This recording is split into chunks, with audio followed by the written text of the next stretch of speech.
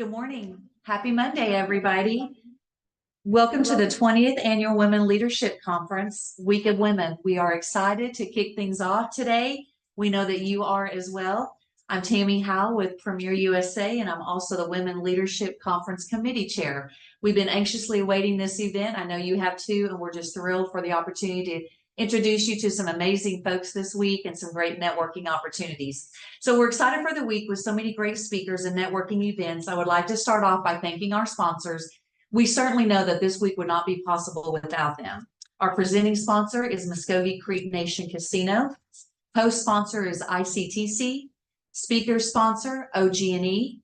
First Star, Green Country Behavioral Health Services, Refresco, St. Francis Hospital, Georgia Pacific, Muskogee Phoenix, Northeastern State University, Connors State College, and Love Bottling. We are, as mentioned, so excited. This is our 20th Women Leadership Conference, which is a huge milestone for the Chamber, the women, and so we're thrilled to start off with that. This started as an idea of two amazing women that wanted to celebrate and educate women in business. Without their vision, we would not be where we are today, and we certainly would not be able to meet the incredible women who we are adding value to us on a daily basis. This week's speaker is sponsored by OG&E. I'm excited to welcome our very first Women in Leadership Conference speaker, Chinh Doan with KOTV News on 6. Let me read a little bit about her to you. She is a former refugee, foster child, and the first in her family to graduate college. She is a passionate storyteller who hopes her personal story will inspire others to follow her motto, work hard and be kind.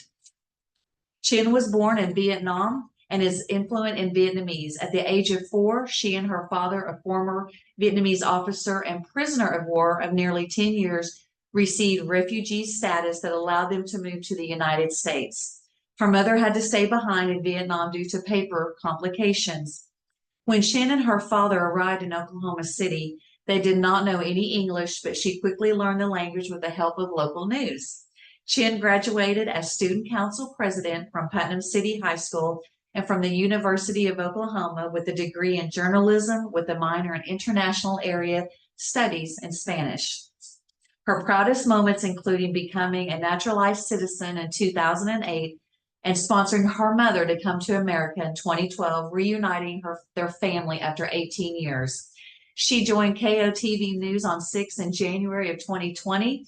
You can see her anchor weekend evenings and report weekdays on the CBS affiliate in Tulsa. We welcome today Chinh Doan. Hello, everyone. I'm trying to.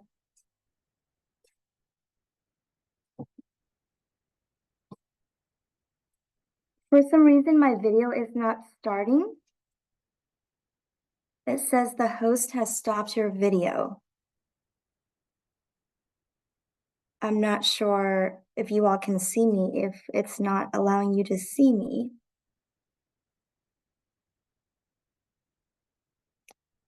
And I cannot hear what you're saying either. Your chamber mic is muted. So I'm sorry, we're having some issues. If anyone wants to jump in.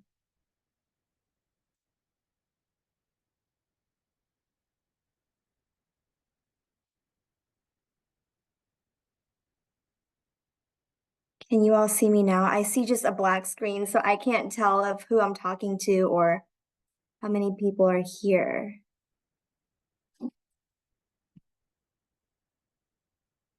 I'm not getting any feedback from anybody. If anyone wants to chat, feel free to type in the chat and tell me what I'm supposed to do because I can't see anything.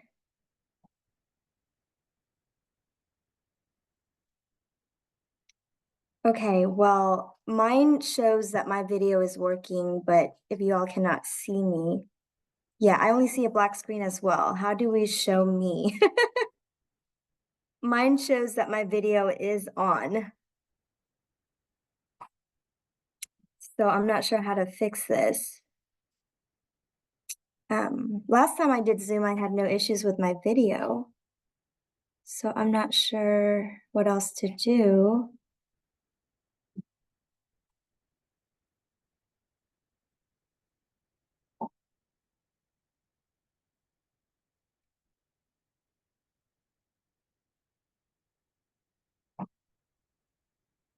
No, there's not a security thing covering a camera. You can't really do that. My Zoom works just fine normally. I've never had an issue with the camera. So I'm not sure what else there is to do. Oh, can you see me now? Yay, hopefully you can see me and hear me. And we will get started.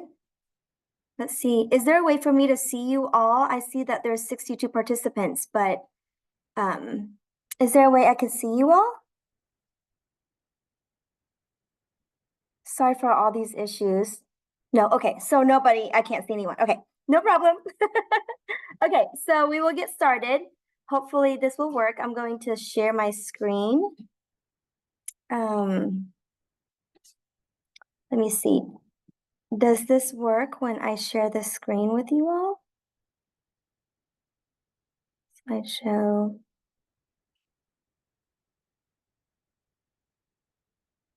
Okay, so trying to see, can you all see that or?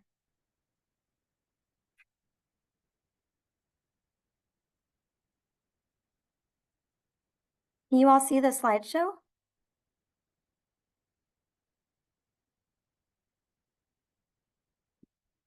It says host disabled participant screen sharing. Can whoever is in charge of this enabled participant screen sharing? That's what it says. Host disabled participant screen sharing.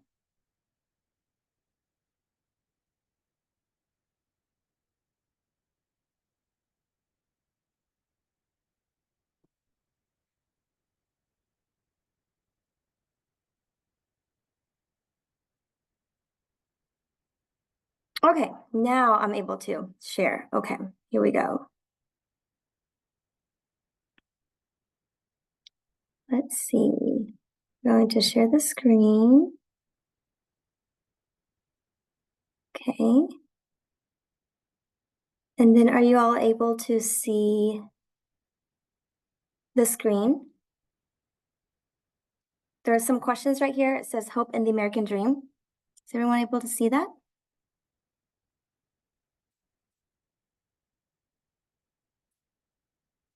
You see the screen, you see the questions? Once I get the go ahead and you can see the questions, then I will finally get started and not waste so much of your time.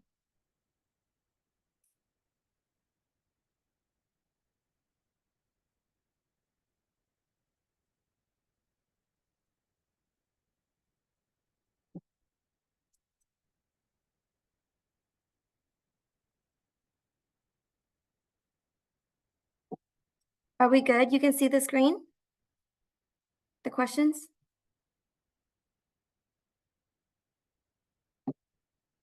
Okay, you see the questions. Perfect. Okay, I'm so sorry, you all. This is not what I anticipated. So here we go. Hopefully we can go back to, do not know how to exit this. Okay. Okay, now let's get started. I am taking up so much of your time. Okay, here we go. So my name is Chinh, and I'm here to talk to you about hope and the American dream. I want to make sure that you leave here with some questions to think about.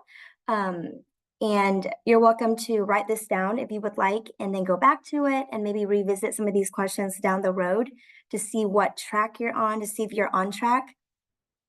Let's talk about what is a goal you have that's so big that it's scary.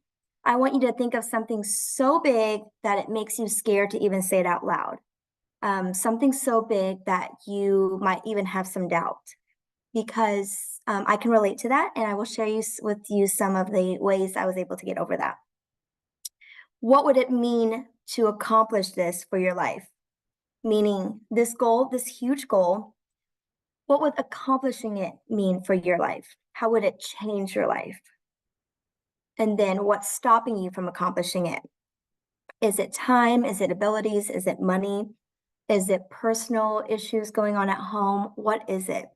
Write down these things if you want, and then we'll revisit them later.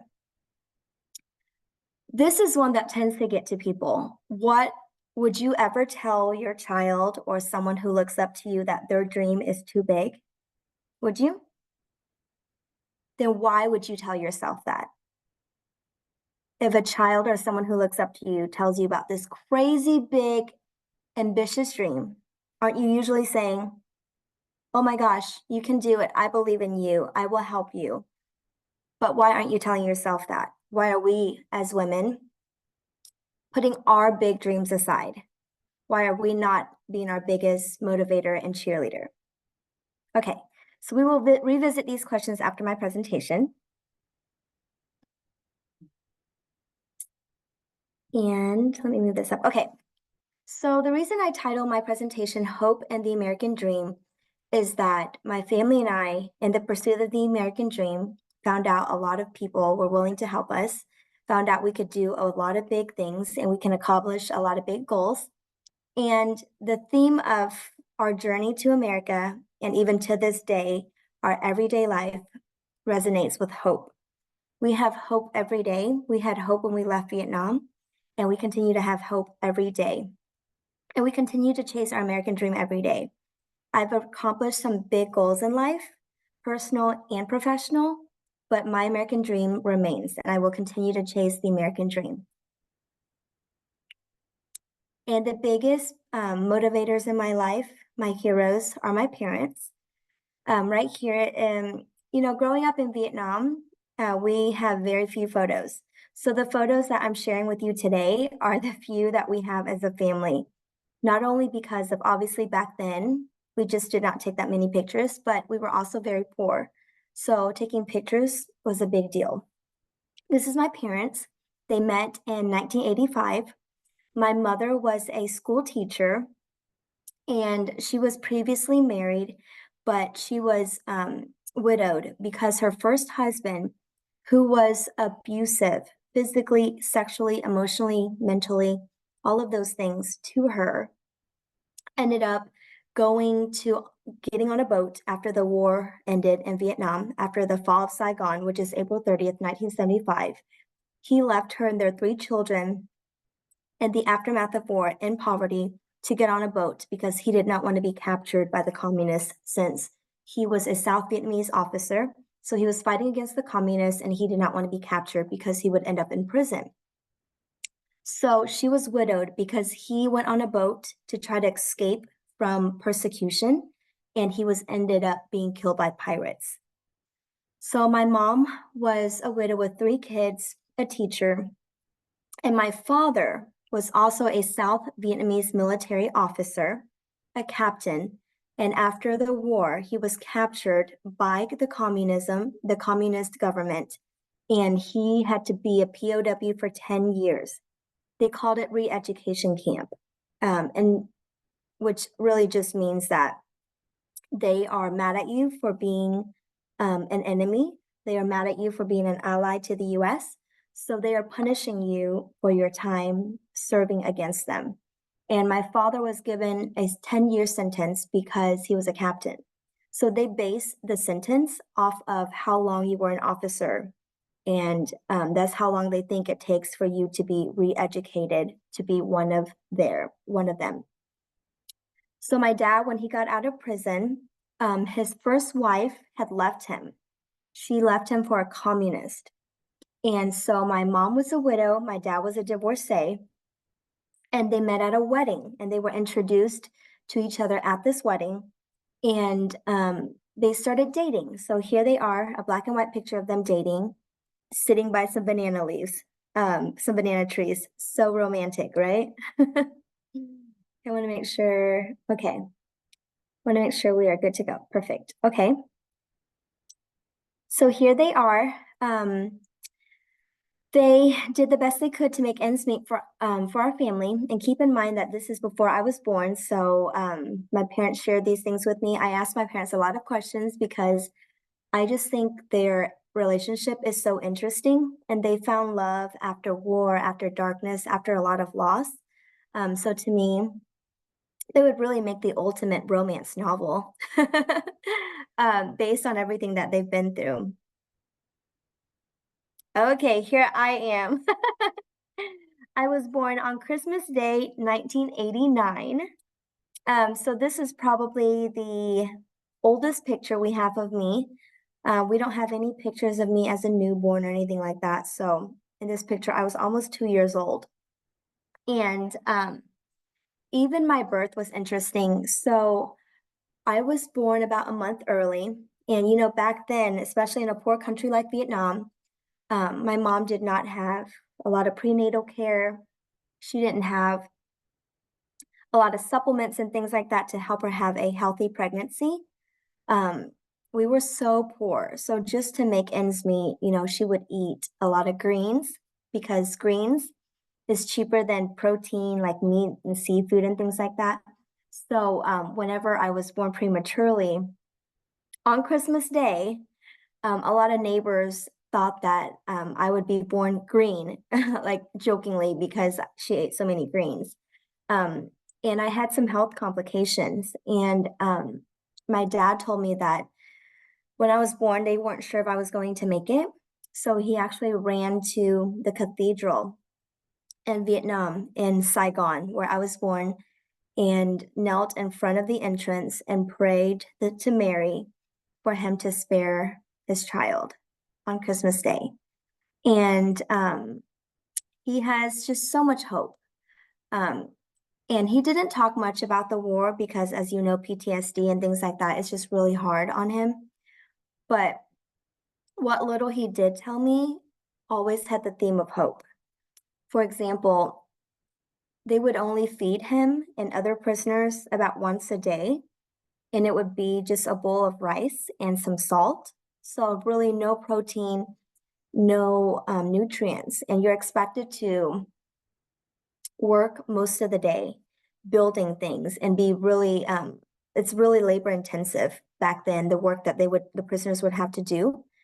And with very little, you know, protein and nutrients to go on. And he saw a lot of his colleagues die. They either died because of malnutrition, of disease, or some of them simply died because they lost hope. They lost a war. Some of them, like my dad, lost their wives. They've lost their homes. They've lost pretty much everything they can think of.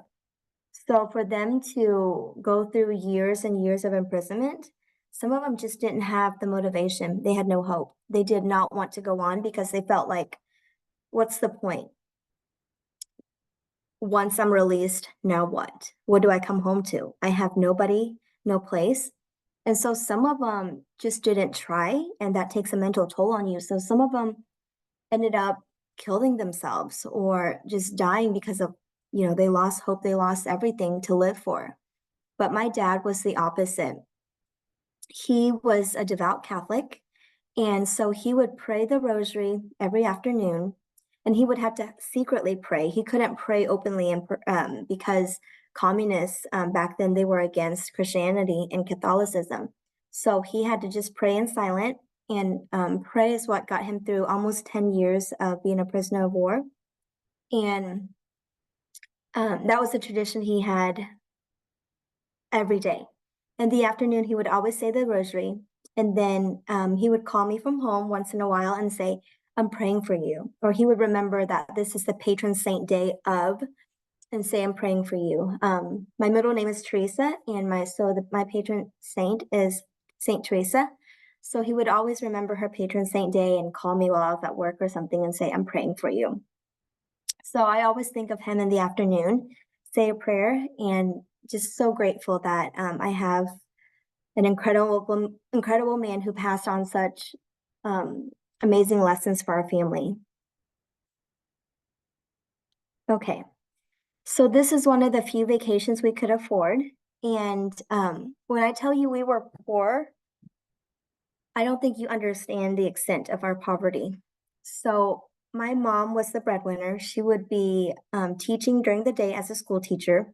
And then at night, she would sell all kinds of things to make ends meet, desserts, fabric, toys, whatever she could to provide an income. And my father, even though he was physically fine, he could not get a job because of prejudice, because people knew that he was part of the old regime, and he was an officer for the South Vietnamese military. He was an ally to the US. So they would not allow for him to have a job. And so my dad would be at home watching me while my mom was at work. And we were so poor that we couldn't afford even a room to rent. We rented someone's attic, like an attic space. As you can imagine, heat rises, so it would be really, really hot.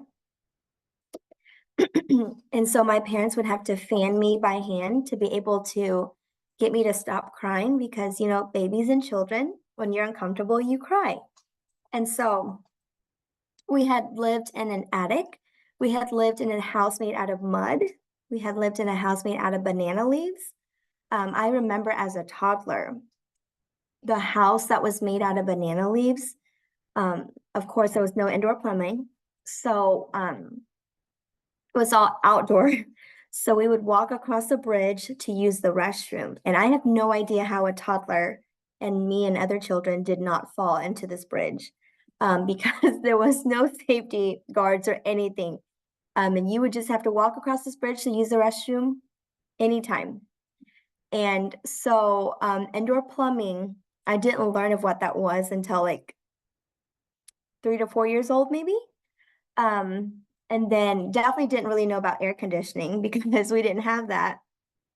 So it's little things that I am so grateful for now, right? Things that we take for granted every day. Okay, so this is the part where I usually get pretty emotional because it's the day that forever changed my life. And it was devastating when it happened, but it forever changed our lives for the better as well. So in the early 1900s, Congress passed a bill that allowed people like my father, who were allies to the US during the Vietnam War, the ability to be interviewed, and if qualified, they would be able to move to the United States as refugees to be able to find a better living, a better life for their family because of the prejudice and persecution. So my father was thrilled when he found out about this. He had this big dream of our family being able to all together move to America and pursue the American dream and have a better future, have a job, have a home, all of these different things. So when he went to be interviewed for the process, there were some complications because my mom was the second wife, and then he also had his first wife, and my mother's first husband died at sea, killed by pirates. So there were so many questions that the US government understandably had, and there were so many documents that they wanted. But as you know, during the war, people are fleeing. They're just trying to be safe and trying to survive. So my parents lost a lot of documents and things like that as they were fleeing from city to city because of the war. So my family did not come up with enough documents to prove A, B, and C, to prove all these things that the government needed. So in the end, the government said the only thing that they can approve of is for my mom to stay in Vietnam, my dad to move to the US with me as his dependent. I was the only child who was allowed to go. I was 4 years old, and the news was devastating for our family because now my parents have to make this horrific decision. Do we stay together as a family in Vietnam, where we have each other, but we will have no future? In Vietnam, there is no social security, retirement, 401k, none of that. So, and in Vietnam, there is no such thing as, you know, laws protecting age discrimination and things like that. So a lot of people in their 50s, it's really hard for them to find a job. And my parents are already older. My parents had me later in life. So they knew that their days of being able to work were coming very short. And so they were worried about what are they going to do to be able to provide for our family. And then for me, that would mean that I would have to drop out of school, get a job to provide for our family. Most of my siblings only got to go to school until 8th grade because by 8th grade, they think that you have enough knowledge to be able to go to work and you're kind of old enough to go to work. And so my parents were worried that that would be my fate if we stayed in Vietnam. So my parents had to make this ultimate sacrifice, put their marriage on hold, and then my dad brought me from Vietnam to Oklahoma City, and my mom would stay behind. The reason we went to Oklahoma City is because Catholic Charities had a church and a group to sponsor us. We did not have any connections to Oklahoma City. We didn't even know how to pronounce Oklahoma City.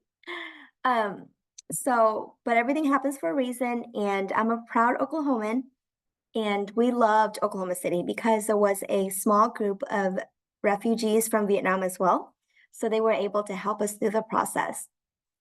But this picture, I get so many emotions when I look at it. I remember so vividly being at the airport, and my mom was just, you could tell she was so sad, but she was holding it in. She didn't want me, 4 years old at the time, to remember her as sad. She wanted me to be excited for this adventure with Dad, even though she was going to be left behind and we had no idea when we would see each other. Remember, this is 1994, before technology and the ability to communicate as well as we can today, right? So she did not know if when she'll see me again. She didn't know if I would remember her. She didn't know if our family would ever be reunited for good. So I remember when it was time for us to go into the airport, because in Vietnam, unless you have a ticket, you can't even enter the airport. You have to be outside the airport. So my dad had to pull my hand, physically pull me apart from my mom while I was screaming that I didn't want to leave my mom. And you can see these strangers around us and they're crying with us because they understood what was happening. And I was so upset. And my mom obviously was devastated. And we just had to do it. Being 4 years old, I still remember that moment so vividly because I held on to that memory because I was worried that was going to be my last memory of my mom. And so, again, my parents are my heroes for doing that for our family. So here we are. That's my brother and my sister. And then the little baby is my nephew. That's my sister's firstborn child. And so my dad and I, tell me why my parents decided to dress me as my dad. Like I'm in jeans and a yellow polo and a boy cut. I guess it's that way if I get lost, it's easy to find who I belong to. But I'm like, wow, the style back then. All right. But my mom stayed behind with her children from her first marriage, which are my half siblings. And I was devastated to leave my siblings as well. They're the only siblings I've known. I love them. So here we are, our last time to be together as a family. It truly is. And I'll explain why later. And here we are in Oklahoma City. Talk about culture shock, weather shock, everything shock, right? When we moved to Oklahoma City in August, it was our first plane experience.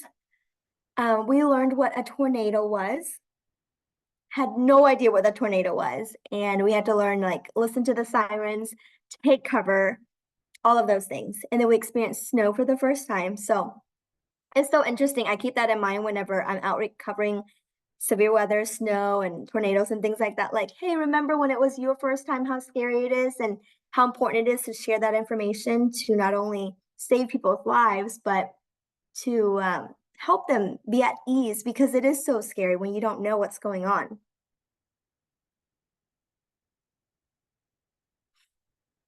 So our form of communication to mom was writing letters. It would take about 3 weeks for our letters to get to Vietnam, and then my mom would read it. She'd write it back, and then it would take another 3 weeks. So it was almost like quarterly that we're giving each other updates because it would take so long to get there. But we were grateful for all of the communication and a way for us to stay in touch. We didn't really get to go to Vietnam that much because the cost My dad worked so hard to make ends meet for us in the US, but you know, he didn't have a degree. He didn't speak English. So we really struggled financially. And again, we didn't have family, we didn't have anybody to help us. Um, so the first few months, you do get government assistance as a refugee. So we had, you know, food stamps and things like that. And we were qualified for Section 8 housing. Let me tell you, to go from living in a house made out of mud, banana leaves, or in an attic to getting your own apartment, I don't even care. I didn't even know what Section 8 housing was. We had our own apartment. We had indoor plumbing. We had a TV. We had one TV. And we would watch it every day. And I would watch the news with my dad. And so when the news was over, that's when I knew it was time for bed. And I loved watching the news. The reason the news is so helpful for people learning English is because we write it at about a 5th grade level. We try to change big words into words that are common and easy for people to understand, because the point of the news is to help you understand and process information so you can make decisions, right?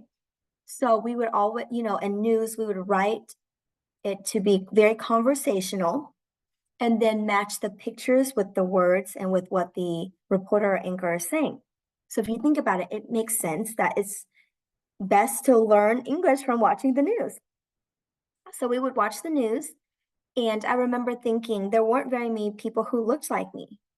And I would love to see more people who looked like me one day. And my dad got a job as a custodian at the Oklahoman, which is the state's largest newspaper. He was a custodian. So that means he worked overnight and would pick up scraps of newspapers, clean up, and things like that. Well, he would take home the scraps of newspapers that he would pick up. So I thought my dad was a journalist. I thought my dad was writing these articles because he worked for the paper and he would bring them home. So between watching the news and reading the newspapers, I fell in love with journalism and I wanted to be a journalist. So since the age of 7, I've told myself that I want to be a journalist. Now back to Section 8 housing. You all. So we lived in a not so good part of the neighborhood, and it was so bad, the shootings and the crime, that it was gated, and there was always security at the front allowing people in and out. Well, we thought that we lived in a gated neighborhood. We thought that we were like on the higher end. We thought it was really cool that we had police patrolling our neighborhood and that we were gated, and that, you know, and anytime we come in, we have to show our names and things like that. Like this is some kind of like private golf club. No, it was very secured because of the crime that was happening. So take that what you will. It's really made me appreciate life. And you know, I've gone back to that exact apartment, gated apartment, and just look back on how far we've come. I'm a homeowner. I'm the first in my family to own a home. Coming from a house made out of banana leaves and mud to living in the projects that was gated and constantly patrolled by police to now I'm a homeowner. That's wild, you all. Talk about a dream so big that it's scary. That's one of my many big dreams that is scary. And I'm continuing to pursue scary dreams. Okay. I relied on a lot of people because when we came over, again, we had no family, no car, no money, no English, no job, nothing. But the immigrant community is amazing because everybody knows what it's like to not have anything, to be scared. So we're all very helpful with each other. When I started school, it was petrifying because I couldn't speak English and nobody even knew how to pronounce my name. I had to learn that my name sounds like Chin.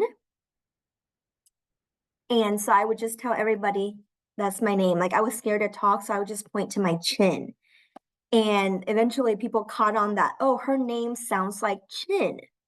And so now it's a joke anytime I introduce myself to people, I say, my name is Chin, like your chin. And then when I wave goodbye to little kids, I'll wave like this, bye, Chin. And it's just become a joke of how like I've really embraced my culture and the American culture. And I also try to educate people on my culture. So this is Danny, my godbrother. He and his family have been such an important part of my journey. When I started school, I was in kindergarten, he was in first grade.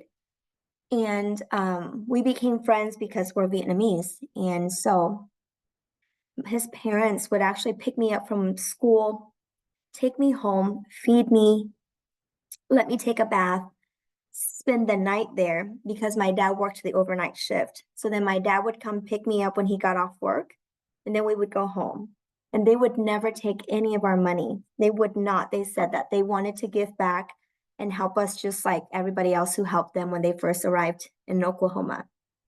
So to this day, we're still really good friends. And he was recently in my wedding as an usher.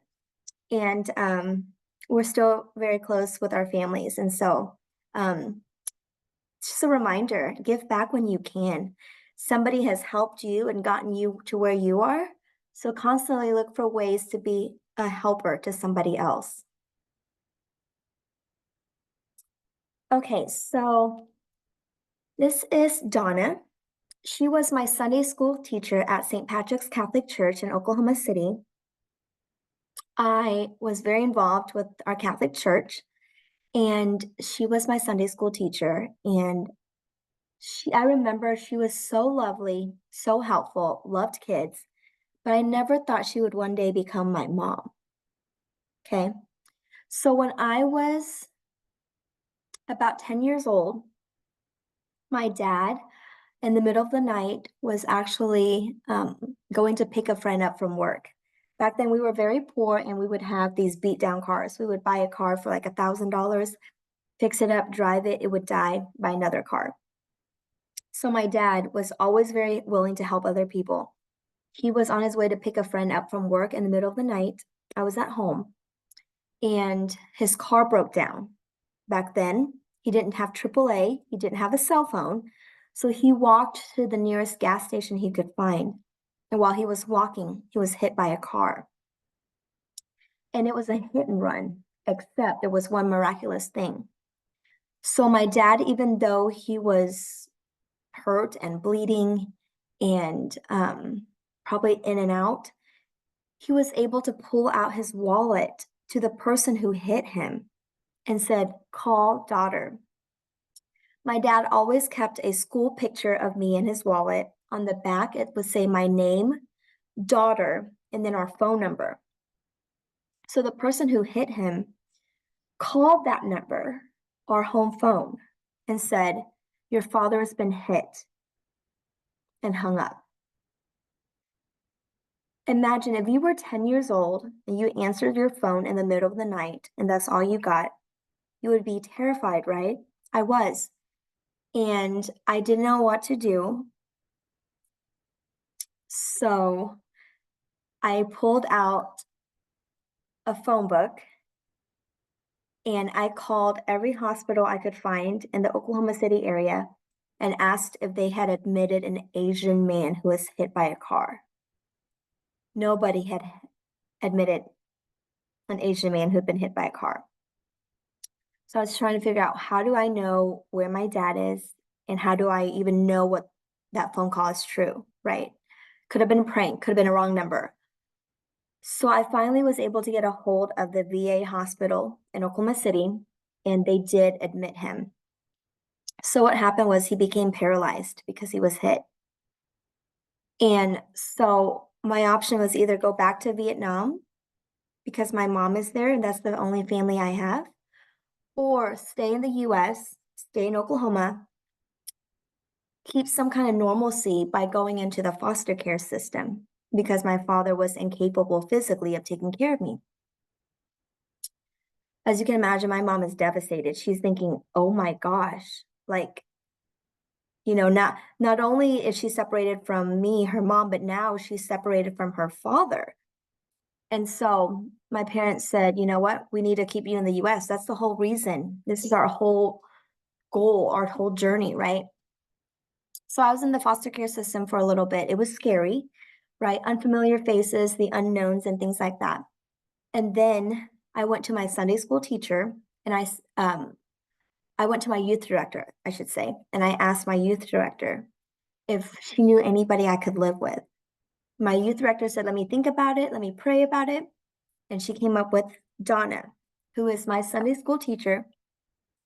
She loves children, obviously. She volunteers at church. And you know what's interesting is she said that she had always wanted to have children, always wanted to get married, and her best friends were Vietnamese. And so it felt like a perfect fit. So here I am moving into my Sunday school teacher's home while my father was recovering. And my foster mom, Donna, will always say that, you know, there was a reason why she didn't fall in love and didn't have kids yet. It's because Jesus was saving room in her heart for me and literally saving room in her house for me. So that's another reminder of hope, right? She was already in her 40s and was wondering why she wasn't falling in love with someone, having children and doing things that she thought that she would want to do. But she kept the hope alive, and I ended up being her reward, I guess. And she's been an amazing foster mom. We talk every day. She is a big news junkie. She still lives in Oklahoma City, and she watches Channel 6 all the time, every day. She watches me anchor, she watches me report, and she's my biggest supporter when it comes to news. She sends me story ideas and all of those things. So she's been an amazing part of our lives. And the awesome thing is my two moms, my foster mom, Donna, and my mom, biological mom, love each other. They call each other sisters. They get each other cards that say sisters.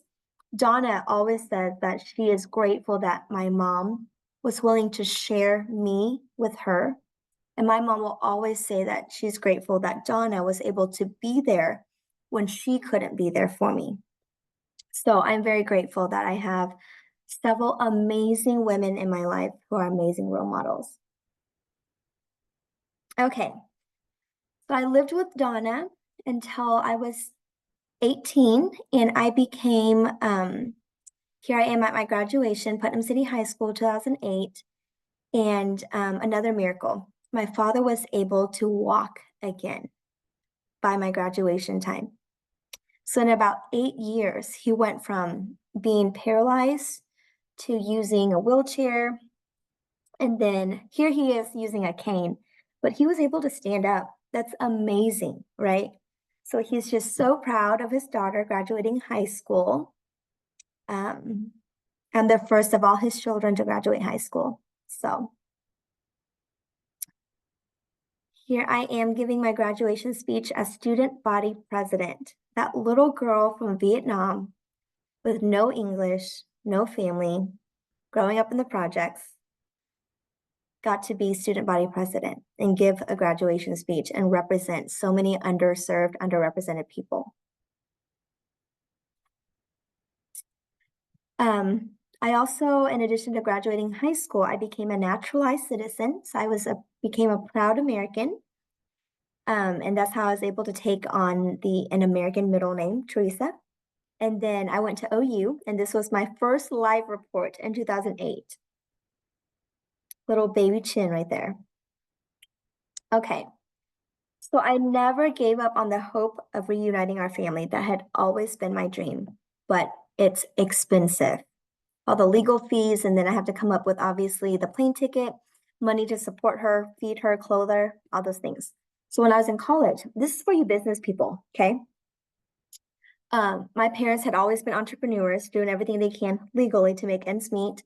And so I had always seen them hustle and work so hard and come up with innovative ideas how to sell things. So when I was in college, I was in a sorority, Tri Delt. And for whatever reason, grown women are walking around campus wearing bows. I don't know why. I fell into it. I loved bows. I had a bow for every outfit. And so I decided I'm going to make bows and sell them to anybody, not just sorority girls, but babies, whoever wants to buy them. And all of that money would go into an account to pay for all the legal fees to sponsor my mom over. because you have to be a naturalized citizen, which check box, I got that one. And then you have to be at least 21 years old. So I was working toward that age. And in the meantime, I was making money by making hair accessories. I made thousands of dollars. I reached out to sorties, I reached out to boutiques, everything that I could, and I sold those like crazy. Okay. So we were able to come up with the money, and my mom got her visa approved, and she got it approved the week before my college graduation. The week before my college graduation. So I asked my professors if I could make up my tests and be able to go to Vietnam and bring my mom over, because she's never been on a plane. Obviously, there's a language barrier. So she really wanted me to be able to help her. And all of my professors were like, absolutely. They knew my situation, they knew my goal. And so they said, absolutely, take care of your mom, bring her over, let her see you graduate college, and then you'll be able to make up for your exams and things like that. So here we are, once again, saying goodbye to our family. And my brother is missing from this picture because while I was living in the US, he was hit by a drunk driver in Vietnam. So my mom lost her boy, and then was heartbroken when my dad was paralyzed, right? So my mom is such a strong person. There she is. Here I am. There's my sister, and then some cousins and relatives and things like that. Okay, so here we are leaving Vietnam for America. Our first flight together. Imagine like how much we had to catch up on, right? Every little thing we wanted to talk about was on this plane. And then, okay. Our first family picture in the United States after almost 18 years apart. Here's my dad being able to stand and brought his wife yellow roses and greeted us at the airport. And I'm gonna share this video with you. We had a bunch of people do like articles and reports on our family, and here's one that really stuck out.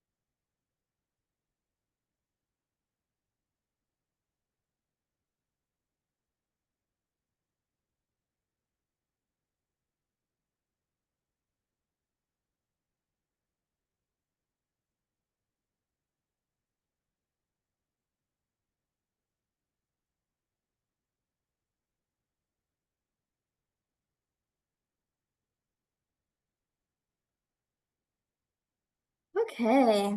Is anyone crying yet? I cry every time I watch that story. Priscilla, ironically, later became my mentor, and she did an amazing job with that story. That's the reporter. Oh, there was no sound on the video? Oh no, so you all watched that with no sound? Well, I'm not sure what else to do then. I'm sorry, I don't know. I don't know why you can see me, but you can't hear me. So, if you want, you can always go back and watch it. Just go to my YouTube video. If you search Chinh Doan YouTube or Chinh Doan American Dream, and it will pop up. So, or I can also share that link right here. But you should also be able to see that on this slide. That stinks that you couldn't even hear me, and I don't know why you can hear me talk, but you couldn't hear me. Yeah, so the link is here, but you can also just search Chinh Doan American Dream YouTube, and it's on there. Okay, so that's a bummer that you could not hear the video.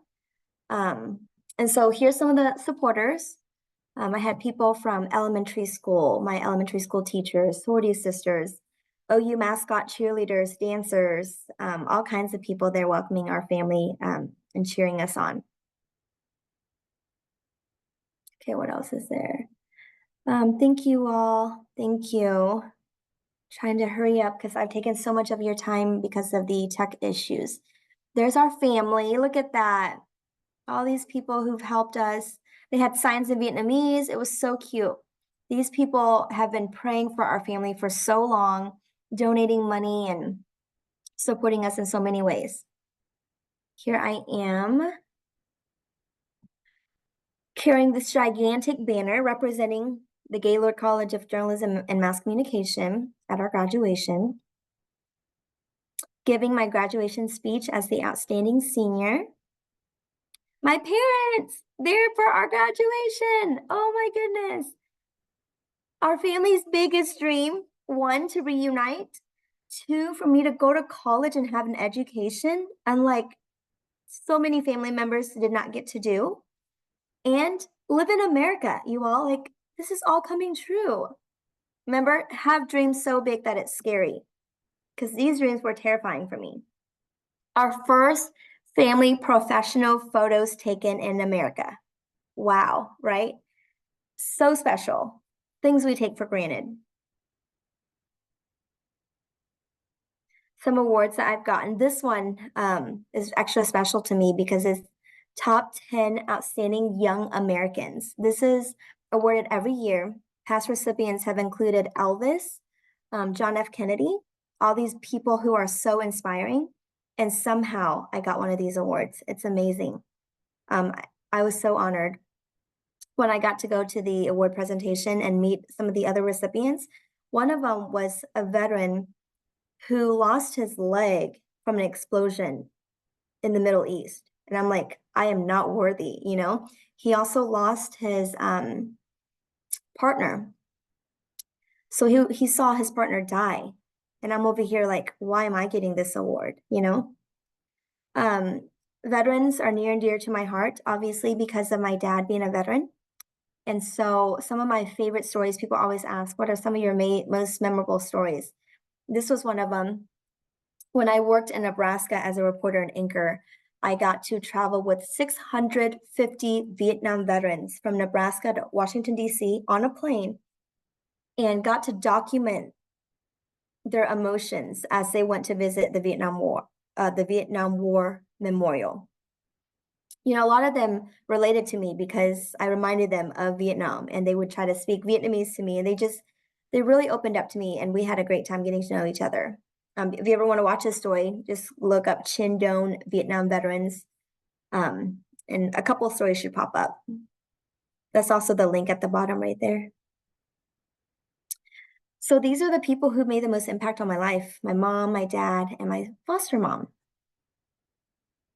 There's my dad. He's my hero. He will always be my hero. He died at 81 years old about 2 years ago from sudden cancer. We had no idea he had cancer. He had no idea. From the day he was diagnosed to the day that he left this earth was 8 days. 8 days. But my mom and I are grateful we got to hold his hand and spend the last few days with him. And he knew he was loved. He knew where he was going. He knew he was going to heaven. And he had such a sense of humor. Even within a few days of his death, he was giggling in his bed. And we said, Dad, why are you at hospice? We said, what, Dad, what are you laughing at? What are you giggling? And he said, oh, nothing. I'm just excited to race against my general up in heaven. So he already knew he was going to be in heaven, and he knew he was going to see his loved ones. So he was always very positive. He was not scared of death. He was scared to leave us behind, but we told him that it was okay to let go. We knew he was in pain. So he got to go be with Jesus, and my mom and I still have each other, and endless memories and lessons from my dad. I have this picture because it's a reminder of how short life is. So there's my mom to the left with glasses, and that's her baby brother and baby sister. They grew up, had a very hard life in Vietnam.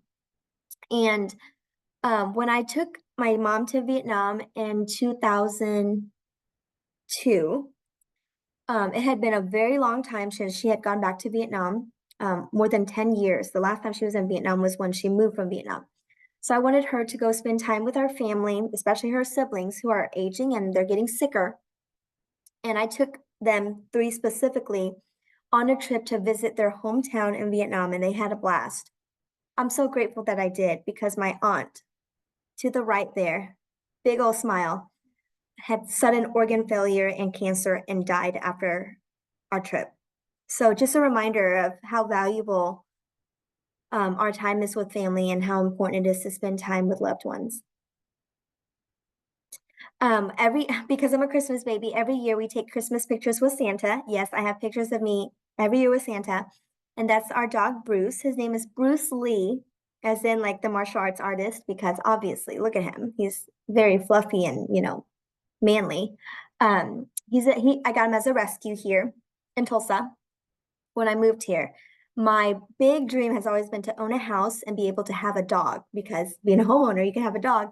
So I was thrilled to be able to rescue him. He's a Bichon Frise, and he is the love of my life. Another reminder of how short life is. So that's my sister right there. And she had stage 4 breast cancer when we went to go visit her. That's a wig that she has on because she was going through chemo for the first time. And in Vietnam, insurance does not pay for chemo treatments. So I worked really hard here in the US with the multiple businesses that I run to pay for her treatments. So we would send her money every month to have her treatments. And she had treatments for almost 2 years. She fought so hard. But ultimately, the week before my wedding, she died. And it was devastating, because after our wedding in the US, we were going to go to Vietnam and have a wedding in Vietnam so my sister could be my matron of honor. But she didn't make it. And so we have to be reminded that everything happens for a reason, and she's no longer in pain. And she was still a big part of my day. We had pictures of her at the wedding, and my bouquet had a picture of her and my dad. Here's my wedding. My husband and I got married at Holy Family Cathedral in Tulsa in December, so about 7 months ago. And we were very blessed that we had the bishop do our wedding, along with 3 other priests and 2 deacons. And it was in 3 languages. It was in Vietnamese, English, and Spanish. I was a December bride. It was a little bit chilly, but so worth the pictures. My husband and I own several businesses. So his full-time job is he works at Google in Mays County as a project manager. And then he also has a DJ business. So he DJs a lot of like corporate events, nonprofits, weddings, parties. He DJs at Gathering Place, Guthrie Green. He does a lot of nonprofit. He loves nonprofits. He also rents audio and video equipment. So like people who want to have parties, events, and they don't necessarily want his DJing services, but they want the lights, the speakers, the phone, the microphones, those type of things, the fog machine, those things, he does that. So we are entrepreneurs. We love to run businesses and grow together. I don't know how much time we have. Do you want me to stop for Q&A now, or do you want me to go into like business tips for running a business or anything like that? I feel like I've talked so much about my American dream, but it continues because we have businesses that we want to continue to flourish. And I want to give you all some takeaways as well. So if anybody has any questions or chamber, a couple more minutes. Okay. How about I quickly go through some business tips, and then if you all have any questions, feel free to email me or connect with me on social media. Okay, so my business, my mom and I have a housekeeping business together. We do commercial and residential. And then I'm also a makeup artist. So I do weddings, proms, photography, headshots. I partner with a lot of photographers, and I do makeup for their clients. I also partner with a lot of pop-ups because I also sell makeup and skincare for a company based in Sapulpa called Synergence. And so I do pop-ups with different boutiques in which I bring my products there, and then I sell and bring my clients there for them to grow their business as well. So this picture here is actually at a fundraiser for kids with cancer. So I like to give back to the community. And we did makeup on some of the kids, and then the kiddos got to take home lip glosses and things like that. Makes them feel special. So as far as some business and life tips, you know, how you run your life is how you run your business, and vice versa, right? Like those two things really impact each other. I always say find your why and remember it. Why are you doing this? Why do you have this job? Why do you want to start this business? For me, my why is my family and the fact that I want to be able to build wealth for my family, especially my family in Vietnam. They're so poor and they constantly need money for medical reasons. They're constantly sick. They need to have teeth. I mean, like I sent my uncle $1,000 to get his teeth fixed. He had no teeth; they were falling off, and that totally changed his life. He's able to eat and smile and not be embarrassed to go out in public. So think about like the extent of that, you know. Stay hungry, humble, and smart. This is actually something I learned from Channel 6. That is part of our mission for our colleagues and for us too. When we are hiring people, we want people who are hungry, humble, and smart. Those are the people who, those are the core values you would want in a team member. Be a product of the product. So whether you sell a product, whether you represent a company, whether you have a belief in something, people should be able to know you and see that you are what you say you are. You're truly walking the walk and not just talking the talk. Pay yourself what you're worth. Especially women, I think we tend to undervalue ourselves, right? We tend to want to do everything for everybody else, but when it comes to our health and our needs, we don't do it. So when I, go to these events that I sell, not only do I take the profit and put it into my business account, but I also pay myself for spending time at this pop-up, talking to customers, things like that. You got to pay yourself for what you're worth. What you do now will impact yourself months down the road. That is so true. Like if you have a business and you're checking with clients, don't expect clients to immediately buy something from you or book a service with you or even give you a referral yet. Like what you do now takes months of building rapport and trust and showing the clients that you are worth their time and money and investment. So it's something that we constantly have to be doing, and we got to be constantly be pouring into our cup and watering so-called plants for it to grow, right? Give yourself and others grace when expectations are not met. This is something I have to remind myself every day as well. I am very hard on myself, and sometimes I can take things personal when I shouldn't. Sometimes someone might hurt your feelings, but you don't know what they're going through. You don't know that maybe minutes before they got a devastating call or that they're having issues at home. So when someone is rude to me or short with me, I just remember that bless and release. Pray for it, pray for that person, let it go. That's all you can do. Have an accountability partner and coach. So in my makeup business, I have several what I call runners with me. These are people who have similar goals as me on like number of sales and things like that. So we're constantly checking in with each other and holding each other accountable. And also with my news business, I have a mentor at work that watches my news stories and gives me feedback on my writing and my presentation.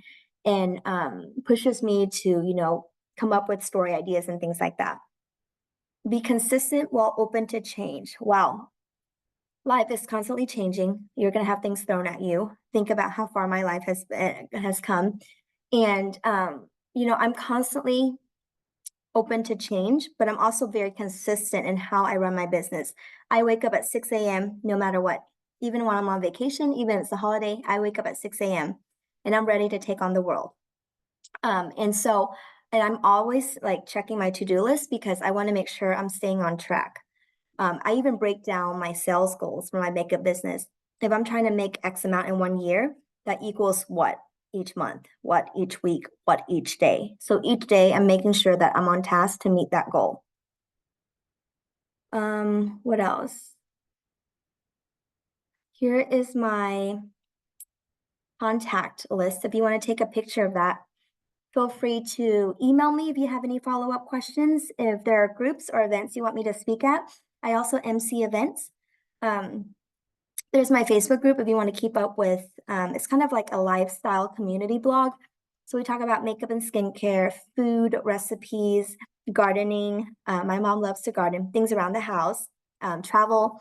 So if you want to join, that's the group. And then you can also follow me on Facebook, Instagram, TikTok, and Twitter, which is now called X apparently. Okay, let's see. Is there anything else? Any other questions you all have? I just don't want to take too much of your time. I could blab all day. I can continue to talk all day. But I think we are done then. I'm going to, I guess, mute myself. Yes, Chin, thank you so much. Excellent, excellent, excellent.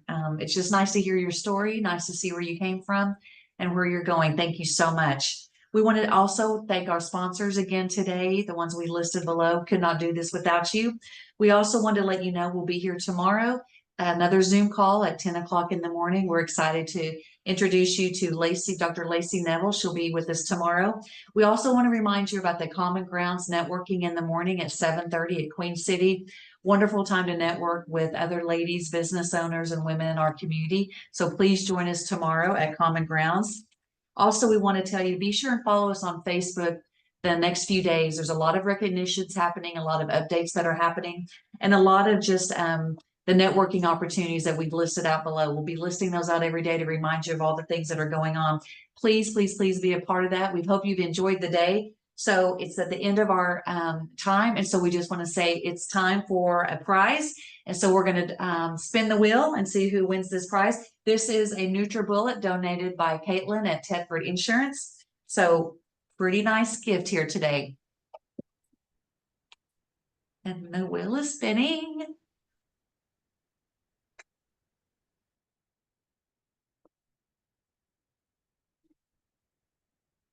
It's still spinning.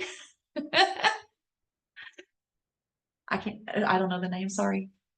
I can't see it. It's not on my end. Okay, we'll contact you. We have a winner.